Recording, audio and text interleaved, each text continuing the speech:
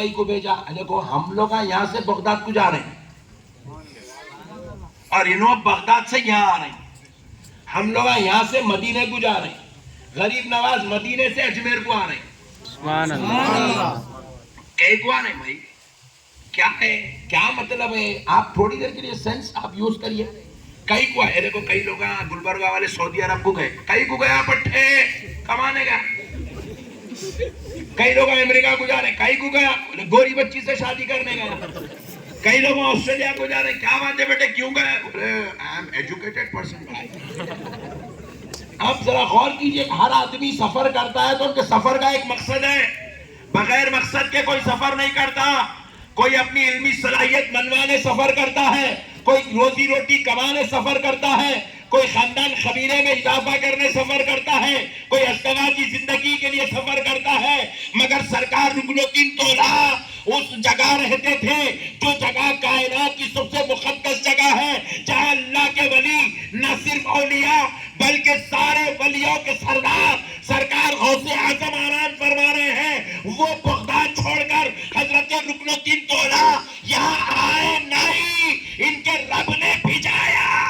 کیوں آئے؟ کیوں آئے؟ کیونکہ جب آپ تشریف لائے یہ زمین بنجر تھی, یہاں پر اولیاء اکرام کی تعداد بہت کم تھی, اور یہاں پر اللہ کے محبوب بندوں کا فیضان دنیا میں بٹنا تھا. تو اللہ نے چاہا اے بندہ نواز تم وہاں بیٹھ جاؤ, سراج الدین جنیدی تم آؤ, تم یہاں بیٹھو, اے معصوم نقشبندی تم آؤ, تم یہاں بیٹھو, اے رکن الدین آپ آؤ, آپ یہاں بیٹھو. اگرچہ کہ آج ان وادیوں میں تمہیں انسان نظر نہیں آ رہے ہیں, لیکن ایک دور آئے گا میرے بندوں پر عذاب مسلط ہوگا, ظالم حکومتیں مسلط ہوں گی, لوگ میرے بندوں پر ظلم و زیادتی کریں گے, ان کو ستائیں گے, ان کے خلاف جائیں گے, ان کو تڑپائیں گے, ان کے بیوی بچیوں پر اذیتوں کے پہاڑ توڑیں گے. ایسے وقت میں میرے بندوں کو اگر میں مدد عطا کروں گا تو ان گناہگاروں کے چہروں کو دیکھ کر نہیں, تمہاری مزارات مقدسہ کو دیکھ کر رحمت عطا کر. سبحان اللہ. اللہ نے ان کو ہمارے خاطر بٹھایا میرے بھائی. یہ ہمارے لیے آئے ہوئے لوگ ہیں. اللہ نے ان کو ہمارے لیے بھیجایا. یہ رکن الدین تولا کو اب یہ نہ سمجھنا صرف ایک ولی ہے, نہیں, یہ ایک فیضان کا مرکز ہے. سبحان اللہ. یہ رحمت کا مرکز ہے, یہ دعاؤں کی قبولیت کا مرکز ہے, یہ رب کے قرب کو پانے کا مرکز ہے, یہ عرفان مصطفیٰ حاصل کرنے کا مرکز ہے, یہ معرفت الہی لینے کا مرکز ہے, یہ خدا کے قرب میں جا کر اللہ کی بارگاہ سے اپنے آپ کو دوزخ سے بچا کر جنتیوں میں نام لکھوانے کا مرکز ہے. سبحان اللہ. آپ اس کو معمولی دربار مت سمجھیے گا میرے پیارے بھائیوں. یہ سب بیکار چندی لوگوں کی وجہ سے آج یہ ظالموں کو موقع مل رہا, ہمارے اوپر مسلط ہوتے چلے جا رہے ہیں. بیوقوف کل تک بولتے رہے اللہ کے ولیوں کو نہیں ماننا, ولیوں کو نہیں ماننا, ولیوں کو نہیں ماننا, ولیوں کو نہیں ماننا. نہیں آ رہی آواز؟ بنڈا لے کے ڈالو مائک.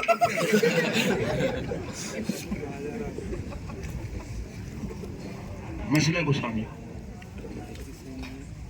مسئلے کو سمجھو. ادھر دیکھو,